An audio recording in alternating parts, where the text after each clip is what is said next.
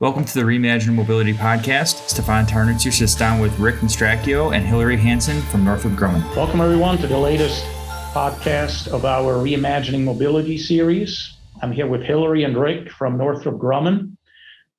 Very exciting. We're going back to the moon, and we're actually now also moving mobility up to the moon. Maybe Hillary, to start out with, give us an idea of what your team and your vision is and what NASA would like us to do here. Thank you, Stefan, for having us on this podcast. We're really looking forward to this conversation. We have a really great team as part of the Northrup Grumman Lunar Terrain Vehicle offering.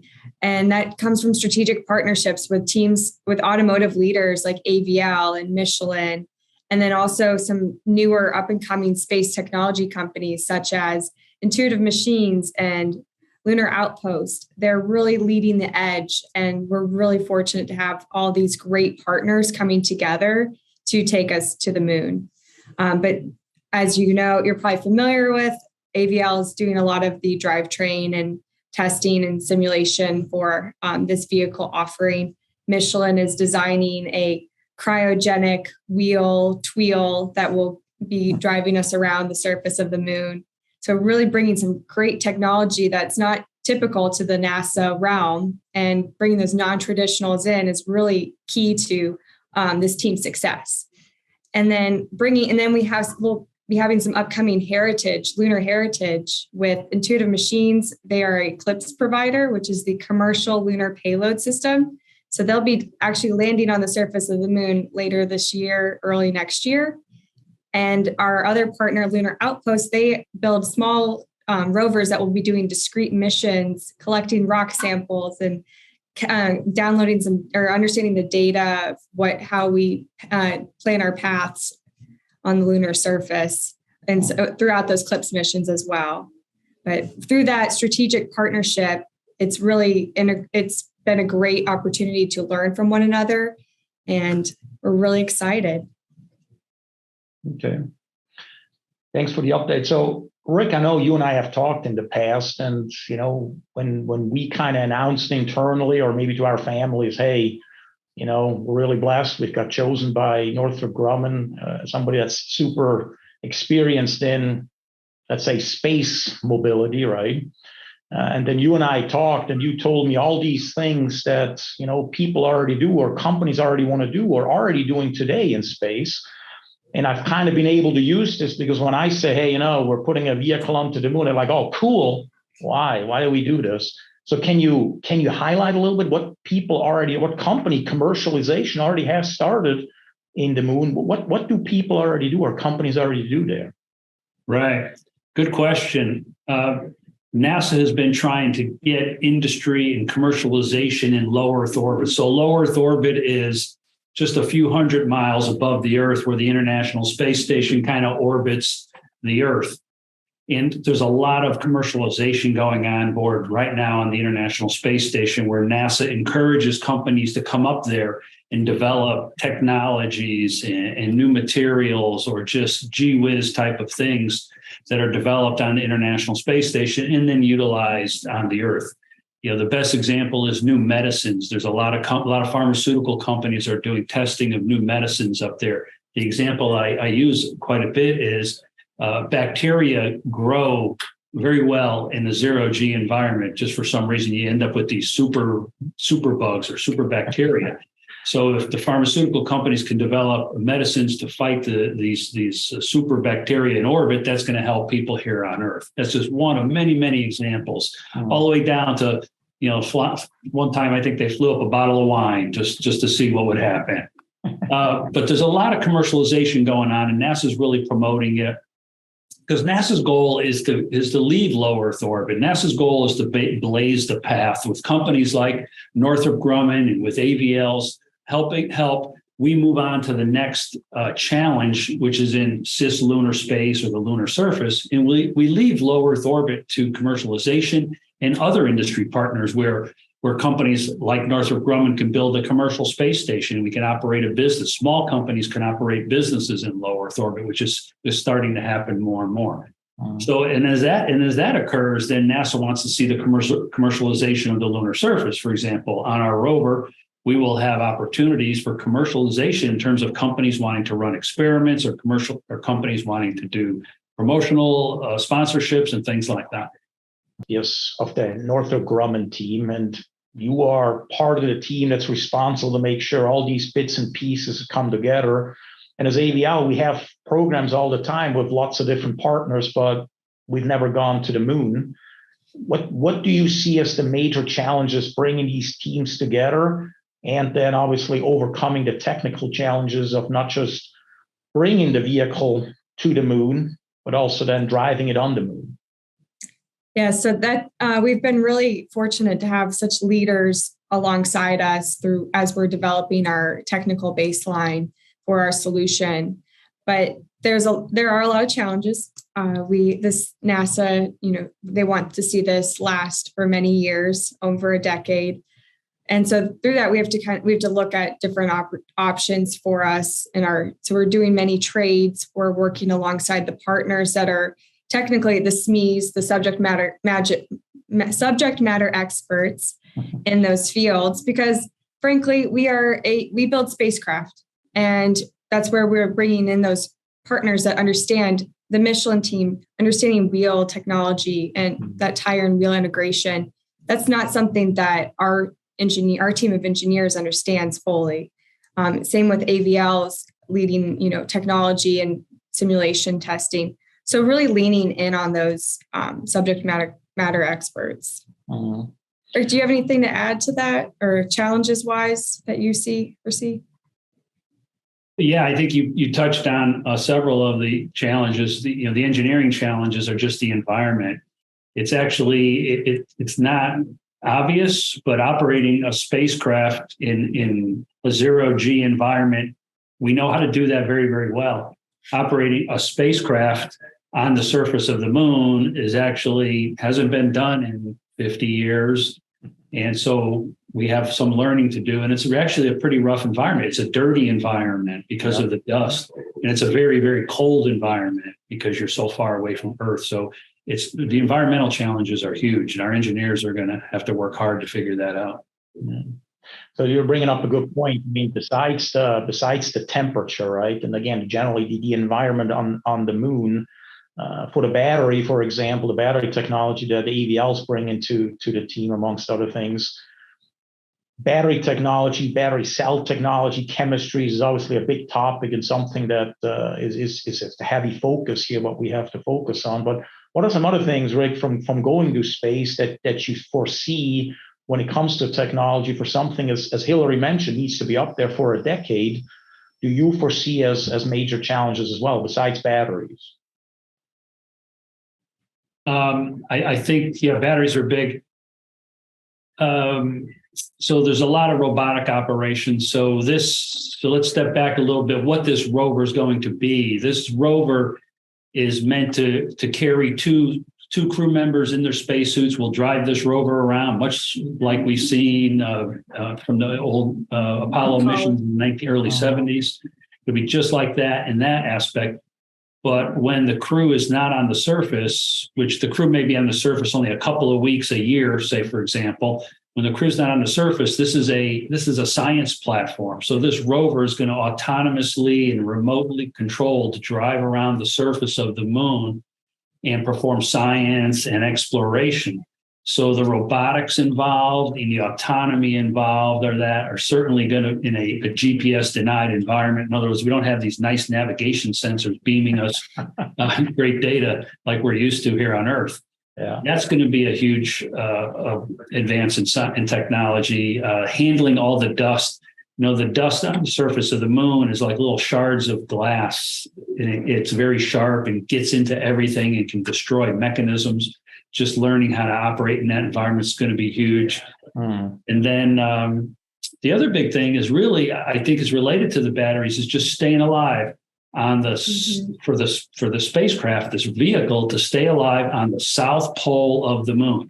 Basically, the sunlight comes at you at 90-degree angles.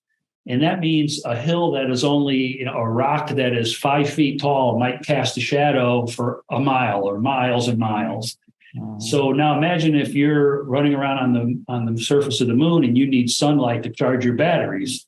Okay, you got to make sure that something's not blocking your blocking your solar arrays.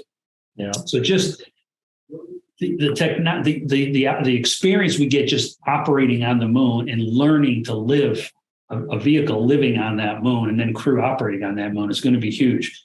Like I said, low Earth orbit, we know how to do it. It's almost easy today, but we got a lot to learn on the surface of the moon. Right. Yeah, there will be a lot of new technology development during the Apollo era. There's so much new technology that was developed, being like microwaves, GPS, many things. So there's looking forward to how this will better, the missions will better our life here on Earth as well. Yeah.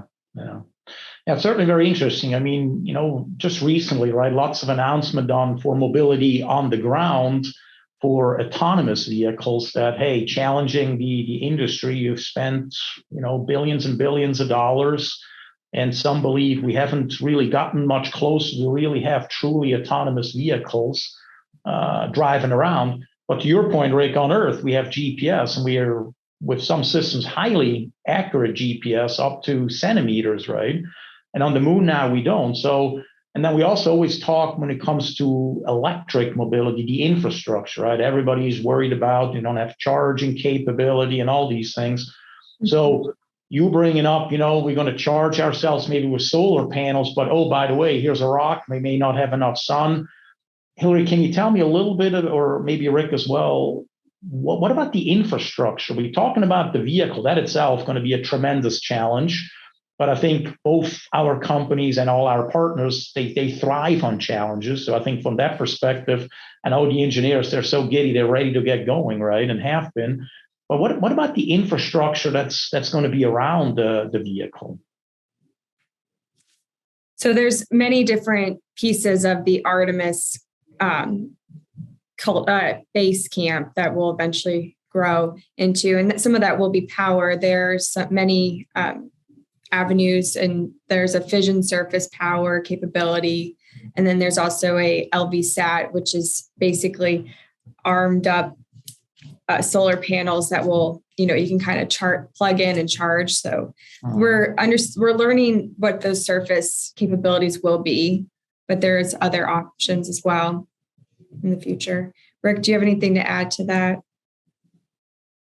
Yeah, infrastructure is the glue that holds all these things together. And I think NASA, as well as industry, are struggling with, it's kind of, in my mind, it's kind of a chicken and the egg thing. Do I go and put all the infrastructure in and then the habitats and the rovers and the people show up? Or do I send a few people and a few rovers and a little habitat there and then build up the infrastructure around it?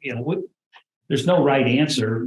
Mm-hmm. There's lots of ways to do things. There's no right way. There's lots of wrong ways, but there's no one right way.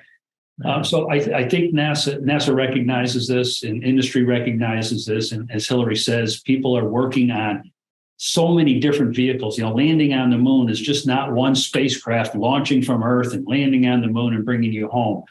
Landing on the moon now is a series of spacecrafts. It's habitats, it's capsules launching, it's vehicles landing, it's rovers on the surface, it's habitats on the surface, it's communication systems, power systems. All these systems have to be developed. Many of them are already under development, and the rest of them have to continue to be developed over the next 10 years, 20 years as time goes on. But it's going to be a little bit of a mixed bag. You're going to get some vehicles that are going to go there without the supportive infrastructure. Mm-hmm. And then eventually the infrastructure will be there. And maybe it's a little easier on a rover because you can pull up and plug in and charge up to a nice, electric vehicle charging station. That's probably a little ways away, but that would be nice. It'd make our life a lot easier if there was a charging station up there. It's the vision. Like that. Yeah. So, going back to, I think, Hillary, you pointed out to simulation before, right?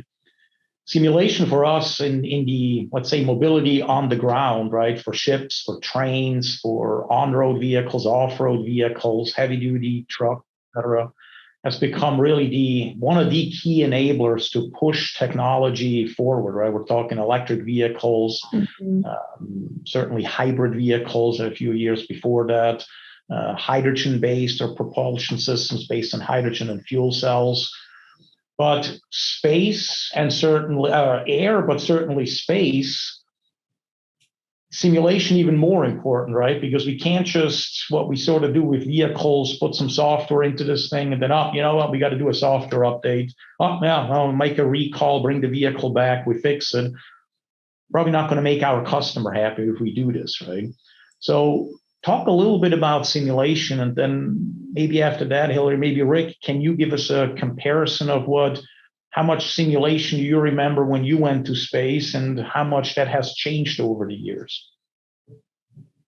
Yeah, so definitely that human in the loop is a necessary need for that training capability. And that's you guys are a leader in that realm.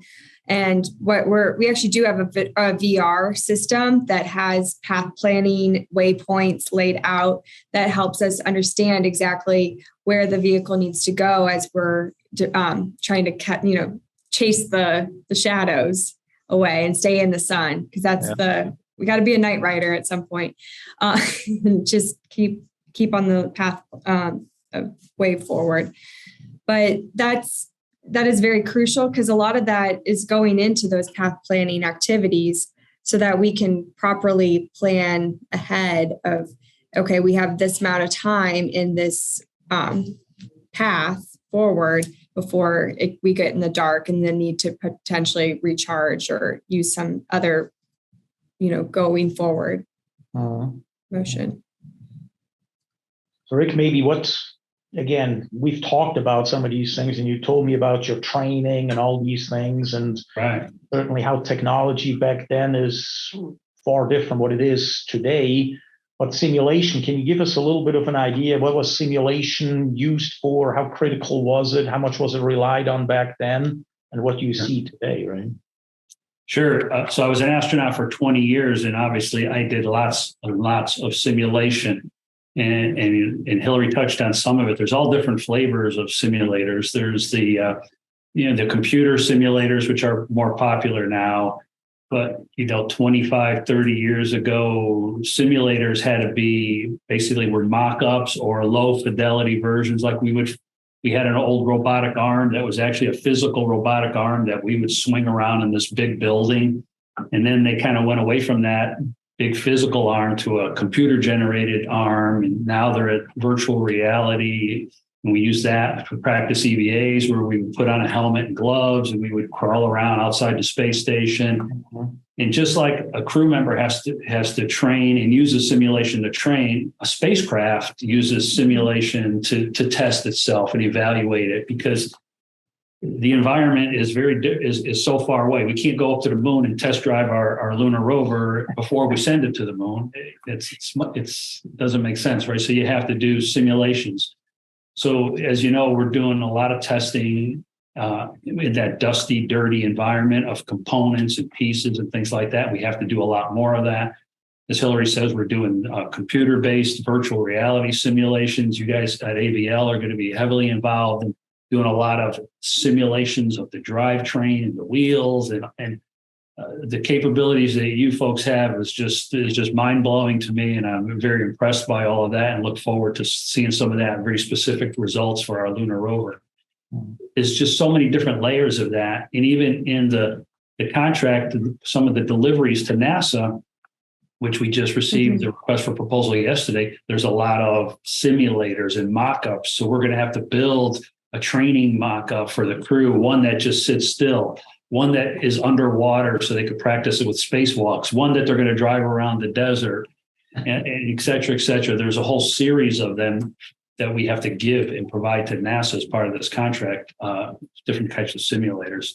So simulators are a huge part of getting prepared to, whether it's a vehicle or a person flying in space, simulators are a huge part of that. Yeah, it's critical to crew training. And then also we have that autonomous element as well. So it helps with our planning, as mission planning overall. Yeah. I mean, if we have to test the vehicle in the desert somewhere, I sign up. If they want me to go to the moon to test it, sorry, Rick, I probably won't. So, but maybe final question. What do you look mostly forward to? I mean, I look forward to, and Hillary, you kind of pointed on how all these different technologies come together, and then we kind of see that step from ground to air to space mobility, and that vehicle then being on the moon, right? And how new technologies that will certainly, I would assume, make mobility in the air and on the ground so much more reliable, because what we're learning in the harshest of the harshest environments, which is the moon, compared with all the other ones. But what are you, Hillary, looking forward to? And maybe then to wrap it up, Rick, what are you looking forward to in this whole program? Maybe the process or at the end, or what piece? Yeah, the technology is great, but honestly, I'm looking forward to August 2028 when this is supposed to launch, and looking forward to seeing the Northrop Grumman, vehicle and team together, and the success of the program overall.